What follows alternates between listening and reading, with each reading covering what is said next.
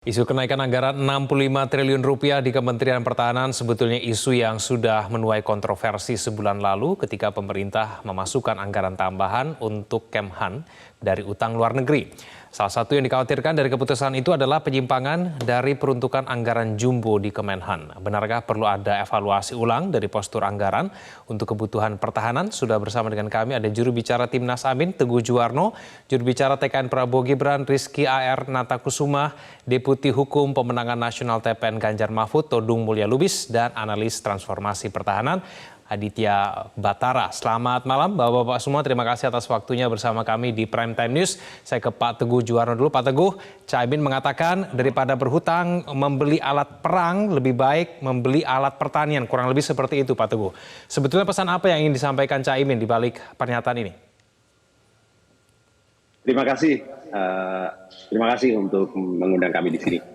Yang pertama tentu ilustrasi yang disampaikan Caimin ini sebagai calon wakil presiden ini sebenarnya adalah sebuah ilustrasi kampanye yang mencoba menyederhanakan mungkin pesan itu kepada publik bahwa memang ada realitas yang tidak terbantah. Pertama, bahwa kalau kita cermati terkait dengan anggaran alutsista ini kan dari tahun-tahun terus naik, apalagi sejak era Pak Prabowo menjadi Menhan. Kemudian juga pembelian alutsista luar negeri semakin meningkat. Dan yang ketiga tentu saja yang kita semua tahu, utang luar negeri untuk pembelian alutsista juga naik. Nah, kita jangan pernah lupa bahwa kita ada Undang-Undang Nomor 16 Tahun 2012 tentang industri pertahanan. Bahwa di mana diupayakan terjadinya kemandirian dalam pemenuhan alat pertahanan keamanan melalui pengembangan pengadaan khususnya di dalam negeri. Ini yang benar-benar seolah-olah diabaikan sehingga kita beli saja dari luar dengan gampang dan menambah hutang. Di tengah situasi hutang kita secara nasional sudah cukup berat, di mana ini tentu akan membebani fiskal kita. Ini menurut kita perlu kita address, dan apalagi apabila kemudian kita cermati bahwa terkait dengan outcome-nya, ini kan selama ini memang tidak ada audit yang cukup objektif maupun komprehensif terkait dengan pembelian alutsista kita. Apakah memang benar-benar relevan dan terkait. Selama ini kita mendengar Kementerian Pertahanan selalu menggunakan argumentasi bahwa pemenuhan minimum essential forces ini yang belum tercapai. Ya kalau paradigmanya selalu seperti itu sampai kapanpun tidak akan pernah tercapai. Tapi kita ingin secara objektif melihat bahwa pemerintah khususnya Kementerian Pertahanan mendeskripsikan yang namanya tantangan geopolitik global yang berubah itu seperti apa. Sehingga kebutuhan-kebutuhan yang ada juga semestinya disesuaikan dan kemudian juga melihat pada realitas atau kemampuan fiskal kita untuk mensupport itu. Ya, oke. PDIP juga mengkritisi hal ini Pak Todung. Belanja alutsista menambah utang luar negeri hingga 386 triliun. Itu menurut Sekjen PDIP Hasto Kristianto. Apakah menurut Ganjar Mahfud belanja alutsista ini bukan prioritas Pak Todung? Ya, ini tadi kan sudah dikemukakan oleh Sekjen PDIP, ya, Saudara Hasto Kristianto. Nah, memang ada dua hal di sini. Pertama, kita bicara mengenai skala prioritas, ya. Dan ini penting untuk kita betul-betul lihat kebutuhan atau needs kita secara objektif apa, ya. Nah, saya tidak membantah bahwa dalam negara yang besar seperti Indonesia, di mana kita punya lebih dari 17.000 pulau, kita membutuhkan modernisasi, ya, persenjataan kita. Tapi kan kita juga harus melihat isi perut kita, gitu. Sejauh mana kita bisa membeli persenjataan itu, ya. Nah, kedua, yang saya juga concern adalah governance. Governance dalam transaksi alutsista ini. Karena dalam dunia transaksi alutsista dimanapun, ini tidak murah, ya. Tapi juga di situ banyak pemain-pemain, ya. Yang saya selalu concern, apakah kita ini sudah pernah melakukan audit terhadap transaksi alutsista ini. Kalau audit itu dilakukan, mungkin kita bisa menemukan banyak sekali mungkin celah-celah, ya, yang bisa dimanfaatkan. Nah, kita ingin, ya, seefisien mungkin, ya, setransparan mungkin, seakuntabel mungkin, dan hanya dengan itu kita bisa mampu melakukan transaksi alutsista yang menguntungkan kita. Ya. Nah, ketiga, saya setuju dengan Pak Teguh tadi yang mengatakan bahwa kita ini kan sudah 78 tahun merdeka. Ya. Kita harus mampu membangun industri pertahanan yang lebih canggih, lebih kuat. Kita bukan tidak mampu, tapi kan itu tidak masuk dalam skala prioritas. Memang itu mahal. Tapi menurut saya, kalau kita ingin melakukan itu, kita berada dalam posisi yang cukup bagus ya, dan cukup capable untuk melakukan itu. Jadi menambah utang ya, dalam kondisi seperti sekarang, mungkin kita harus evaluasi kembali. Kita harus tinjau kembali. Bukan itu isunya. Ya. Menurut saya banyak kebutuhan-kebutuhan prioritas yang lain yang kita bisa utamakan. Ya. Dan ini tentu sekali lagi ya tidak menafikan kebutuhan-kebutuhan kita untuk melakukan modernisasi dalam Departemen Pertahanan, ya, dalam pertahanan kita. Ya, ini yang saya ingin kemukakan karena saya sangat concern dengan governance. Sangat concern dengan transaksi alutsista yang betul-betul harus diaudit. Ya.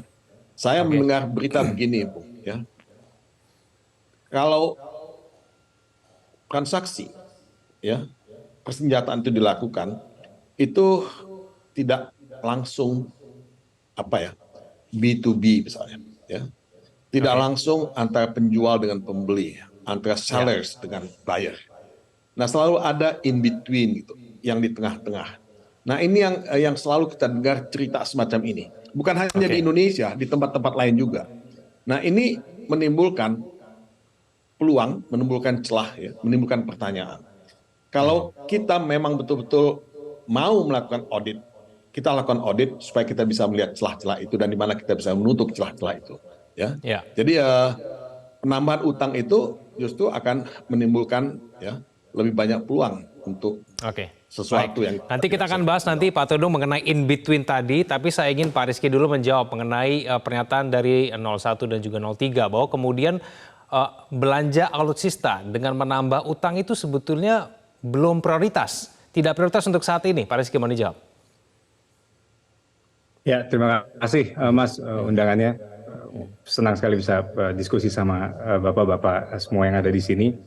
Pertama mungkin ini masalah perspektif. Ini masalah approach yang diambil dari setiap pemerintahan ataupun calon presiden dan wakil presiden. Kami memandang kebutuhan belanja negara untuk alutsista itu bukan semerta-merta dianggap sebagai cost, tapi ini merupakan investasi jangka panjang. Ini ditaruh permasalahan dari A sampai Z negara kita yang sangat bisa diselesaikan jika kita memiliki postur pertahanan yang kuat. Itu prinsip utama yang kita jalankan. Tentu dengan tensi geopolitik yang kita observasi sekarang, yang kita amati sekarang, bagaimana suhu dunia sedang hangat, utamanya terkait dengan pertahanan, perlu adanya revisi ataupun pembaruan postur pertahanan di negara kita atau penguatan postur pertahanan di negara kita untuk bisa diperkuat ke depan. Nah, tentu Kementerian Pertahanan, kami di Komisi 1 juga bukan hanya dari pendukung Pak Prabowo, seluruh partai politik juga menyaksikan pendekatan dialog yang beliau selalu lakukan kepada kami di DPR. Tapi tentu kami sangat bersetuju tadi. Kita sudah sekian lamanya merdeka, kita fokus harus bisa diutamakan dan juga dibangun untuk memperkuat industri pertahanan dalam negeri. Ini cita-cita yang kita canangkan ke depan dan kita yakin satu-satunya figur dari tiga calon presiden yang mampu atau mumpuni untuk Pak Rizky, tapi kenapa kemudian sampai harus menambah anggaran pertahanan sebesar 65 triliun itu? Ya, dinamika ancaman pasti berubah, Mas. Kita by the minute atau by the second sekarang dinamika internasional ini terjadi, baik yang ada di kawasan regional kita, Laut Cina Selatan dan lain sebagainya, ataupun di dunia internasional. Nah, tentu saya yakin setiap pemerintah harus bisa meluangkan pikiran untuk bisa menjawab dinamika ancaman tersebut. Nah, tentu yang kita observasi di sini adalah memang kalau dilihat secara keseluruhan sepertinya besar, tapi Kementerian Pertahanan itu adalah salah satu bagian dari pengalokasian anggaran pertahanan di negara kita. Kita punya Mabes TNI, TNI Angkatan Darat, profesionalisme prajurit dan lain sebagainya. Gaji prajurit kita ingin tingkatkan ke depan. Ini bagian kecil dari keseluruhan yang saya sampaikan tadi. Dan dalam beberapa tahun terakhir kita diterpa oleh adanya COVID-19 yang sangat merugikan masyarakat kita. Kementerian Pertahanan di bawah kepemimpinan Pak Prabowo juga turut andil untuk memainkan peranan secara kuat di situ. Jadi banyak sekali permasalahan. Nah, saya menganggap bahwa postur pertahanan negara kita perlu diperkuat ke depan dengan adanya Sebelum saya ke Pak Aditya ya, Pak Rizky saya mau tanya, tadi pertanyaan Pak Teguh dengan Pak Todung tadi adalah mengenai audit. Ada tidak audit yang komprehensif, menyeluruh begitu terhadap pembelanjaan alutsista kita, sehingga kemudian pembeliannya itu sesuai dengan peruntukannya begitu? Ya, saya rasa Pak Prabowo merupakan pemimpin yang terbuka, selalu melakukan pendekatan secara dialog.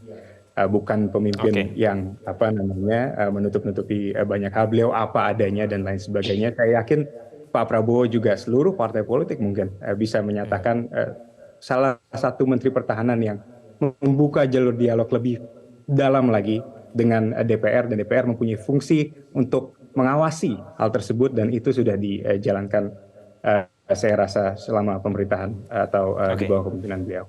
Baik, saya ke Pak Aditya. Pak Aditya, di tahun 2024 ini apakah memang tepat kita menambah anggaran sampai 65 triliun kepada pertahanan kita, dikala postur anggaran kita sebetulnya terbatas begitu, Pak Aditya? Ya, baik. Terima kasih Mas atas undangannya dan pertanyaannya. Jadi saya rasa kalau berbicara statement yang dikeluarkan oleh Cak Imin kemarin terkait dengan adanya tambahan hutang untuk membeli alutsista, melihatnya dari perspektif pengembangan postur pertahanan negara. Jadi kalau kita melihat ini seperti menggambarkan puncak gunung es dari problematika pembangunan postur pertahanan di Indonesia selama ini. Gitu ya. Kita punya kecenderungan untuk mengakuisisi alutsista, namun yang jadi pertanyaan adalah dasarnya apa? Gitu ya, dasar kemudian kita membeli alutsista ini yang sampai sekarang saya rasa publik masih mempertanyakan. Jadi kalau kita bicara perkembangan geopolitik tadi yang disampaikan oleh Mas Rizky, kemudian ada tadi Pak Todung juga bicara ini kita udah lama merdeka gitu ya, kemudian Mas Teguh juga berbicara tentang audit. Saya pikir ini terakumulasi dalam satu titik di mana kebijakan pertahanan artinya memang ada kendala dalam perumusan di hulunya gitu. Jadi kita berbicara kalau kita lihat misalnya setiap kebijakan pertahanan itu kan melalui apa yang disebut dengan kaji ulang pertahanan, strategic defense review. Dan itu wajib dilakukan karena perkembangan ancaman sangat dinamis, baik itu di tingkat regional maupun global. Nah, inilah yang kemudian nantinya menjadi batu pijakan bagi pemerintah untuk merumuskan kebijakan pertahanan yang tepat, termasuk kemudian kira-kira resiko geopolitik apa yang akan dihadapi oleh Indonesia dalam 5 atau 10 tahun ke depan. Dan semua ini harus bersifat formal gitu ya, artinya dituangkan dalam bentuk dokumen-dokumen strategis. Nah, disinilah kita kehilangan dokumen-dokumen strategis ini. Jadi misalnya kalau dulu saya ingat ada buku putih pertahanan, ada buku postur, ada buku strategi, semua dokumen-dokumen official yang kemudian dipublikasikan oleh Kementerian Pertahanan dan bisa dibaca semua orang. Jadi masyarakat tahu, oh Indonesia ternyata mengarahnya ke sini loh. Termasuk MF yang kita lihat di dokumen-dokumen strategis ini sudah dicanangkan sejak 1 dekade yang lalu gitu ya. Jadi artinya dalam konteks ini mungkin kalau saya beranggapan sebelum diaudit mungkin dilihat dulu nih alasannya apa gitu ya. Kemudian untuk menambah hutang. Jadi kalau kita berbicara tentang pengadaan alutsista gitu ya, memang hutang ini semacam menjadi solusi instan, harus dikatakan seperti itu. Solusi instan jangka pendek, namun konsekuensinya sangat bersifat jangka panjang, Mas, karena ada bunga di situ. Kemudian belum lagi tadi Pak Bang Todung sempat bilang soal adanya deal-deal gitu ya, yang tidak bersifat G2G gitu ya, ada hidden cost di situ. Kemudian juga tadi masih ada ketidakpatuhan terkait amanat undang-undang industri pertahanan gitu ya. Jadi Oke. saya rasa ini puncak gunung es dari problematika pembangunan postur kita, Mas. Oke, kita akan bahas kemudian deal-deal itu apa saja, in between itu apakah kemudian betul-betul menguntungkan industri dalam negeri. Nah, kita akan bahas itu saja. Pak Todung menyimak mengenai pernyataan dari Sekjen PDIP tadi Hasto Kristianto menyebutkan memang ada pihak tertentu yang diuntungkan dalam pembelanjaan alutsista ini. Apakah ini yang dimaksud tadi in between tadi sehingga kemudian tidak betul-betul memberikan keuntungan untuk Indonesia, Pak Todung? Ya, yang saya inginkan sebetulnya adalah transaksi yang langsung antara pembeli dengan penjual, ya, apapun itu. Dan ini yang mungkin akan bisa menghemat cukup banyak, ya, karena biasanya kalau ada sesuatu yang berada di tengah-tengah, in between, nah itu ada hidden cost. Tadi sudah dikatakan begitu, ya. Nah, hidden cost ini berapa kita tidak tahu. Ya. Jadi kita ini kan mesti bisa merealokasikan anggaran-anggaran yang ada untuk kepentingan postur pertahanan kita yang lebih baik. Nah, tadi kita sudah bicara mengenai bagaimana kita membangun industri pertahanan di Indonesia. Nah, saya selalu mimpi sebetulnya bagaimana menjadikan industri pertahanan kita itu sebagai bagian dari global supply chain. Jadi kita itu bukan pemain kecil. Gitu. Nah, bagaimana kita bisa ya ikut dalam global supply chain ini sehingga kita bisa mendapatkan value added dari itu semua. Yeah. Ini yang saya bayangkan kita harus lakukan, ya. Karena kalau kita melihat Korea Selatan, kok begitu luar biasa gitu. Industri pertahanannya sangat maju. Ya. Negara yang kecil seperti Norwegia itu juga industri pertahanannya sangat maju gitu. Sebagian dari teknologi persenjataan yang dipakai di dunia, ya, dengan Amerika dan yang lain-lain itu dibuat di Norwegia, negara yang sangat kecil. Gitu. Nah, bagaimana kita menjadi bagian dari global supply chain itu? Karena kita punya resources yang cukup banyak. Nah, tapi kelihatannya kita lebih senang membeli, ya. Dan membeli itu belum tentu juga membeli yang kualitasnya paling baik. Kita juga membeli yang second hand, ya.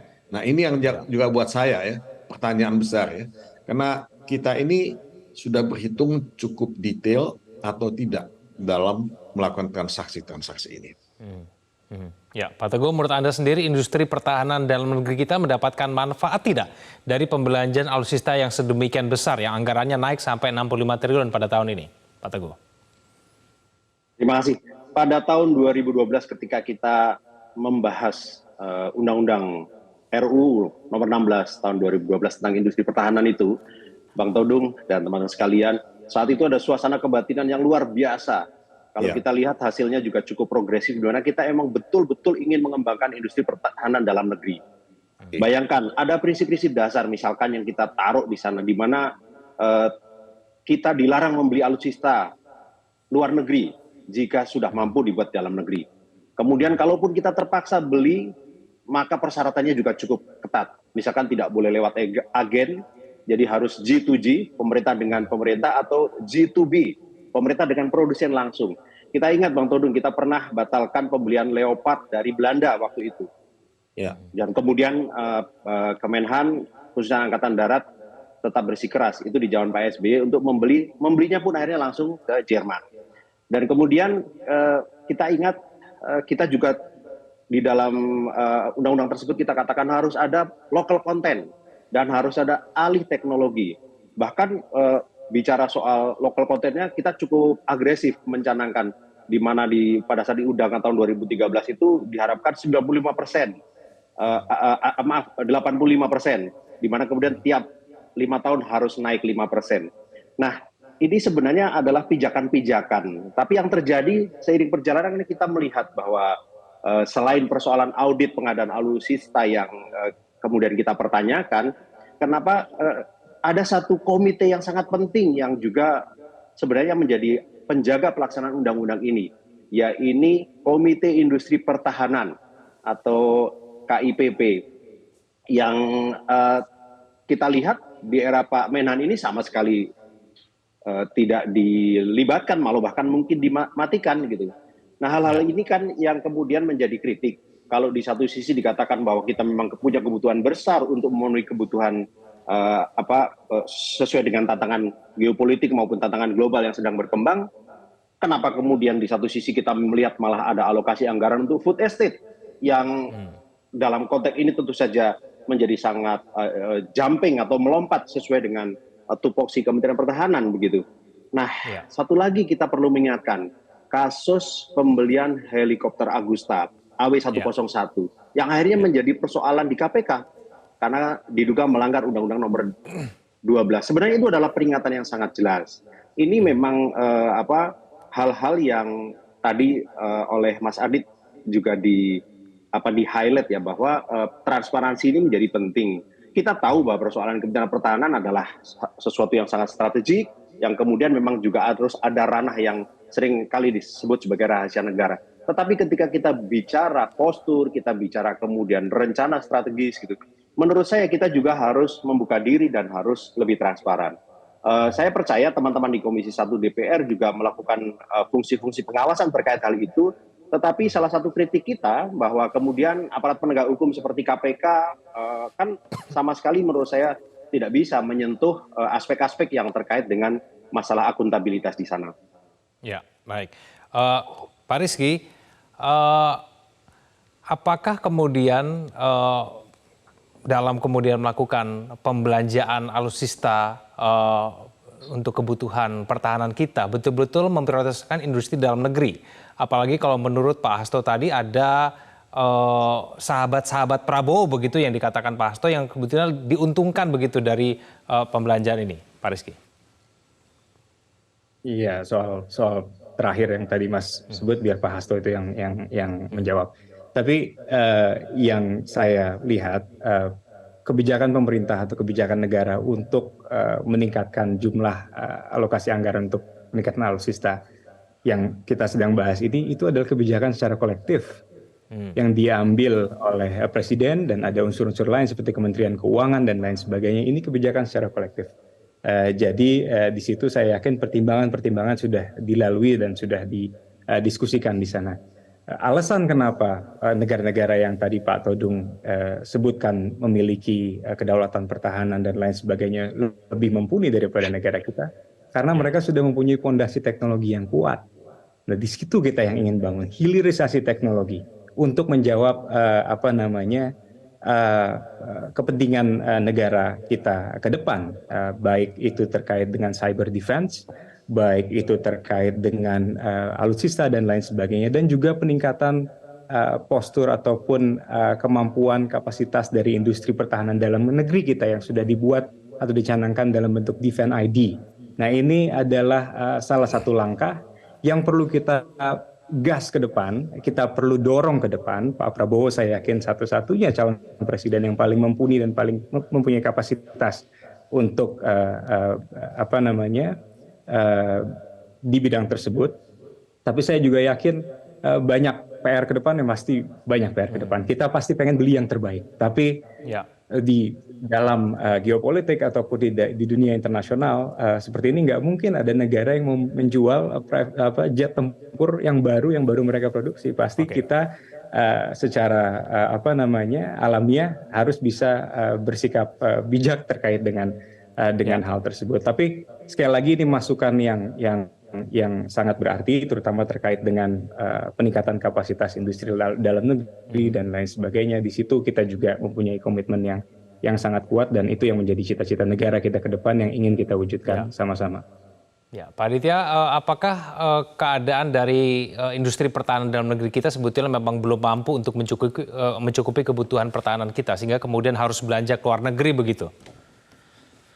Ya, makasih Mas pertanyaannya. Jadi memang kalau bicara industri pertahanan domestik, kita tidak sesederhana membangun atau menciptakan senjata tertentu. Butuh proses panjang ya, mulai dari research, menciptakan perwarupa, kemudian pengembangan senjata, pengujian, dan standarisasi. Jadi kalau kita bicara industri dalam negeri, tentunya yang harus dilihat kapasitas sumber daya manusianya. Satu hal yang paling penting adalah dalam konteks teknologi pertahanan, maka sumber daya manusia itu menjadi kunci gitu ya. Artinya kita tidak hanya melihat ini dari sudut pandang anggaran pertahanan, tapi juga misalnya anggaran ipteknya seperti apa, kemudian kolaborasi antara dunia riset, dunia akademik, gitu ya, dunia usaha, kemudian dengan dunia pertahanan sudah sejauh mana. Artinya ini bukan satu sektor yang kemudian bisa berjalan sendiri.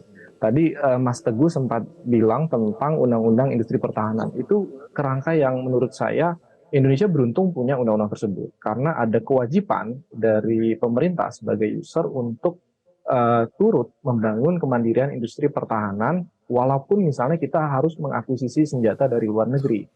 Nah, namun tentunya kan kalau biasanya dibilang the devil's in details ya.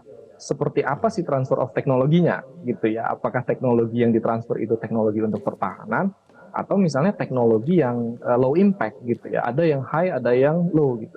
Kalau lagi-lagi kita membeli senjata hanya mendapatkan teknologi yang low level gitu ya, tentunya ini menjadi sia-sia gitu ya. Kita berharap mendapatkan teknologi tinggi.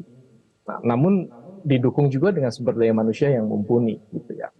Lalu tadi saya ingin mengomentari sebenarnya perdebatan terkait dengan adanya potensi korupsi. Jadi kalau kita perhatikan Indonesia memang punya resiko tinggi ya terkait dengan korupsi di sektor pertahanan. Data yang dirilis oleh Transparansi Internasional, seingat saya beberapa tahun lalu menunjukkan bahwa Indonesia bersama negara seperti Malaysia, Ukraina, dan Zimbabwe termasuk dalam negara-negara dengan resiko terjadinya korupsi yang sangat tinggi, cukup tinggi di sektor pertahanan. Jadi ini juga perlu menjadi perhatian gitu ya, terutama jika pembeliannya menggunakan hutang yang sangat luar biasa. Baik. Tapi kemungkinan untuk korupsi itu terjadi pada saat alutsista dengan anggaran yang begitu besar itu menurut Anda seberapa besar, Pak Aditya? Saya kira tadi Mas Teguh sudah berbicara tentang terkait pengadaan korupsi AW ya, 101 itu menjadi satu peringatan besar gitu, bahwa ada celah potensi korupsi yang kemudian bisa terjadi di sektor pertahanan. Kita tahu ini anggaran besar, kemudian menggunakan banyak sekali pihak yang terlibat gitu ya. Dan yang terlibat pun tidak hanya negara, tapi kemudian pihak swasta dari luar dan kemudian pihak swasta dari dalam. Artinya semakin banyak pihak yang terlibat, maka potensi korupsi itu akan bisa semakin tinggi, Mas. Oke. Baik, semoga kemudian korupsi itu tidak terjadi dalam penggunaan anggaran pertahanan yang meningkat pada tahun ini sebesar 65 triliun rupiah. Kita akan tunggu nanti bagaimana efektivitas dan efisiensi dari penggunaan anggaran tersebut. Terima kasih Pak Teguh, Pak Todung, Pak Rizky, dan Pak Aditya telah bergabung sama kami di Prime Time News. Selamat malam. Jelajahi cara baru mendapatkan informasi. Download Metro TV Extend sekarang.